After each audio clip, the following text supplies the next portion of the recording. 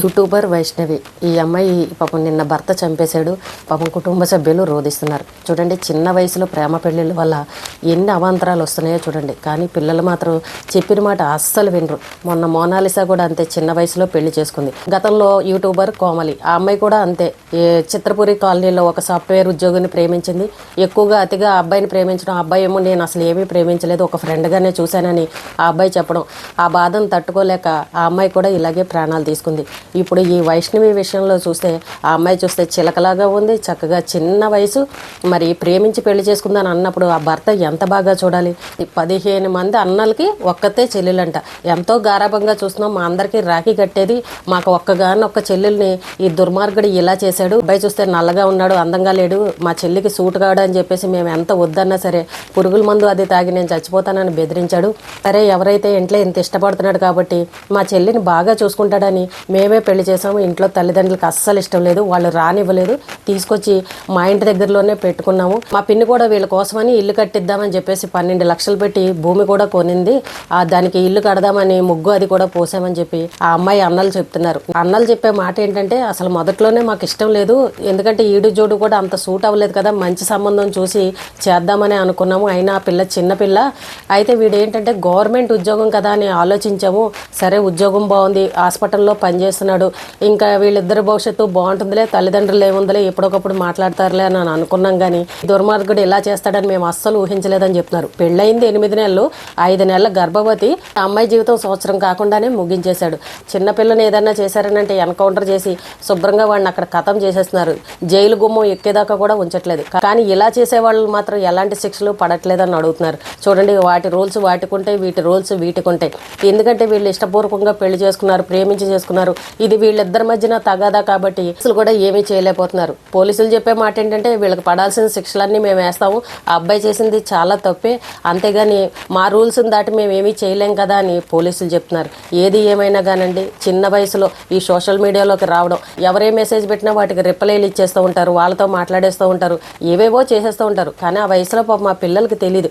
అయితే ఇప్పుడు ఈ భర్త చెప్పే మాట ఏంటంటే, ప్రతి విషయాన్ని నువ్వు యూట్యూబ్లో పెడుతున్నావు, మన ఇంట్లో ఉన్న పర్సనల్ విషయాన్ని ఏదైనా తగువ పడినా ఏదైనా అనుకున్నా సరే ప్రతిదాన్ని నువ్వు యూట్యూబ్లో పెడుతున్నావు, అది నాకు నచ్చలేదు, వీడియోలు చేయడం ఆపే అని చెప్పేసి ఆ అమ్మాయి మీద గొడవ పెట్టుకున్నాడు, ఆ అమ్మాయిని కొట్టాడు, అందుకే ఇదంతా జరిగింది, ఆ గొడవ వల్ల ఇదంతా జరిగిందని చెప్పేసి ఆ అబ్బాయి ఒప్పుకున్నాడని చెప్తున్నారు. మరి ఆ రీల్స్లో ఆ అబ్బాయి కూడా ఉన్నాడు, ఇద్దరు కలిసి రీల్స్ చేశారు, సరదాగా కామెడీగా చేసినవి ఉన్నాయి, భార్యాభర్తలు కపుల్స్ కింద చేసినవి ఉన్నాయి, సాంగ్స్ చేశారు, ఇద్దరు బాగానే చేశారు. మరి వీళ్ళిద్దరి మధ్యన ఏం గొడవ అనేది ఏమీ అర్థం కావట్లేదు.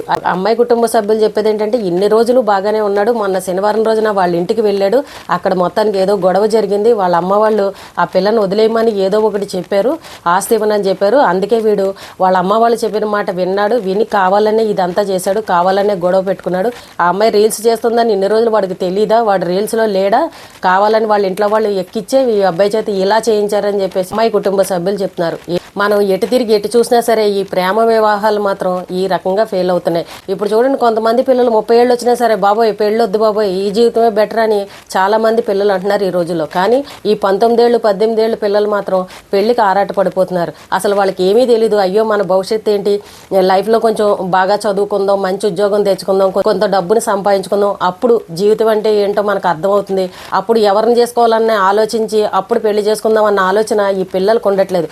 ఆ వయసు ప్రభావం వల్ల మాయలో పడిపోయి నేను వాడినే చేసుకుంటానని మొండి పట్టి ఈ రకంగా చేసుకున్నారు. వద్దు అని అంటే ప్రాణాలు తీసుకుంటామని బెదిరిస్తున్నారు.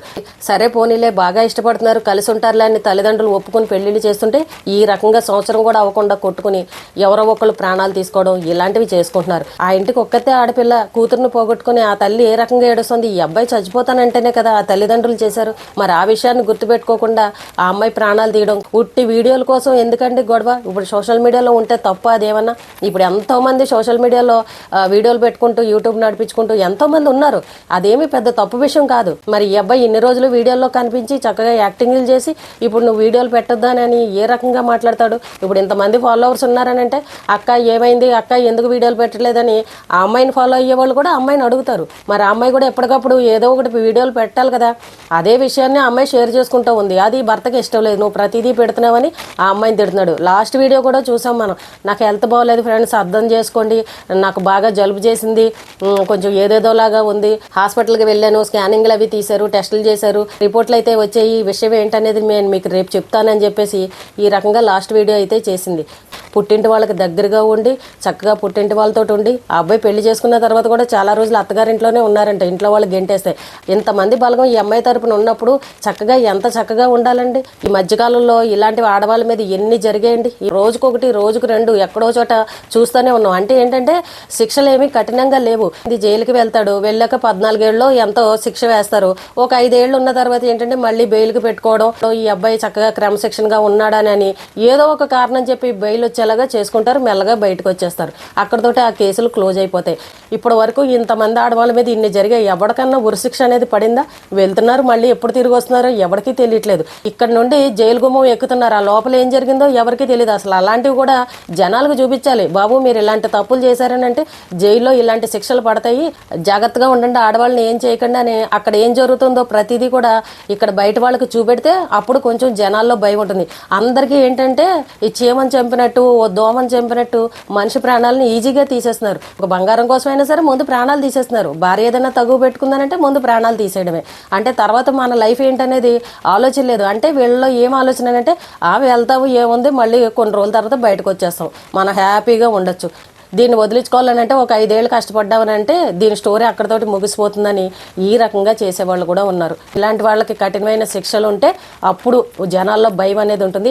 ఇప్పుడు మా చెల్లిని చంపాడు, మా చెల్లి కడుపులో ఉన్న ఆ బిడ్డను కూడా చంపాడు, ఇప్పుడు ఇద్దరిని చంపాడు. వాడు ఖచ్చితంగా ఉరిశిక్ష వేయాలి, లేదంటే మాకు అప్పచెప్పండి, మేము ఏం చేయాలో చేస్తామని చెప్పి 15 మంది అన్నలు ఈ రోజున మాట్లాడుతున్నారు ఒక చెల్లి గురించి.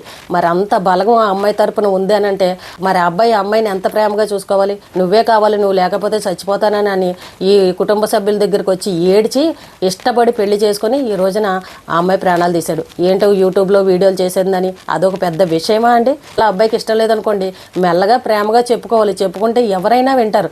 మీ ఇంట్లో మీ కుటుంబ సభ్యులు మాట విని ఆ కోపం తీసుకొచ్చి భార్య మీద చూపించి భార్య ప్రాణాలు తీస్తే ఏమొస్తుంది? ఒక గవర్నమెంట్ ఉద్యోగం చేస్తున్నాడు, మంచి అబ్బాయి అని ఇచ్చి పెళ్లి చేసినందుకు ఈ రోజున చూసారండి వాళ్ళ పిల్లని వాళ్ళకి కాకుండా చేసేసాడు. అంటే పుట్టింటి దగ్గర ఉన్నా సరే ఆడపిల్లకి రక్షణ అనేది లేదు. అమ్మాయి తరపు వాళ్ళు ఇంత బాగా చూసుకున్నా సరే ఆ అమ్మాయిని వాడు ప్రేమగా చూసుకోలేపాడు. చిన్న వయసులో ఈ ప్రేమ వ్యవహారాలు మాత్రం నడిపించకండి. మీకంటూ ఒక నాలెడ్జ్ అనేది ఉండాలి. ఒక 23 సంవత్సరాలు, ఒక 25 ఏళ్ళు వచ్చిన తర్వాత అప్పుడు జీవితం అంటే ఏంటో తెలుస్తుంది, సంపాదన అంటే ఏంటో తెలుస్తుంది. పిల్లలకి ఏంటంటే అండి ఒక 25 ఏళ్ళు వస్తే గానీ వాళ్ళకి జ్ఞానోదయం అవ్వదు. ఏది మంచి ఏది చెడు అని ఈ 19 ఏళ్ల వయసులో వాళ్ళకి ఏం తెలుస్తుంది? మేజర్ అయ్యామా లేదా పెళ్లి చేసేసుకుందామా అని ఈ ఆరాటంలోనే ఉంటున్నారు తప్ప అయ్యో కొన్ని రోజులు ఆగుదాము, మన భవిష్యత్తు ఏంటో చూసుకుందాము, మనం లైఫ్లో సెటిల్ అవుదాము, అప్పుడు పెళ్లి చేసుకుందాం అన్న ఆలోచన వీళ్ళకి ఆగట్లేదు ఎక్కడ కూడా. ఇప్పుడు ఆ మోనాలిసా విషయంలో కూడా ఇదే జరిగింది. తొందరపడిపోయి 18 ఏళ్ళు ఎప్పుడు వస్తాయని ఆలోచించి టక్మని అబ్బాయిని పెళ్లి చేసేసుకుంది. ఆ అమ్మాయిని తీసుకువెళ్ళి వాడు ఏమన్నా చేస్తాడేమోనని కుటుంబ సభ్యులు భయపడుతున్నారు. చూడండి, ప్రేమ అనేది ఎక్కువ సంవత్సరాలు ఉండి ఒకరినొకరు అర్థం చేసుకుని చక్కగా అలా ఉంటే అప్పుడు ఆ విలువ ఏంటనేది తెలిసేది, నిజమైన ప్రేమ ఏంటనేది తెలుస్తుంది.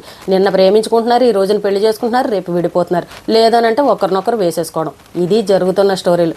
కాబట్టి ఆడపిల్లలు కూడా కొంచెం జాగ్రత్తగా ఉండండి అమ్మా. సోషల్ మీడియాలో ఉన్నాం కదా అని ఎవరిని పడితే వాళ్ళని ప్రేమించేయడం, వాడు ఏదో ఐసు మాటలు చెప్పాడని పెళ్ళిళ్ళు దాకా వెళ్ళిపోవడం, తల్లిదండ్రులు వద్దన్నా సరే కాదని పెళ్ళిళ్ళు చేసేసుకోవడం, తర్వాత ఇద్దరి మధ్య తగువులు వచ్చి జీవితాన్ని చిన్న వయసులోనే ముగించేసుకోవడం, ఇలాంటివి చూస్తుంటే చాలా బాధ అనిపిస్తుంది. పిల్లలు ఎవరూ కూడా తొందరపాటు నిర్ణయాలు తీసుకోకూడదు. పెళ్లి విషయంలో మరీ జాగ్రత్తగా ఉండాలి. అందులోని ఈ ప్రేమ వ్యవహారాల్లో మరీ జాగ్రత్తగా ఉండాలి.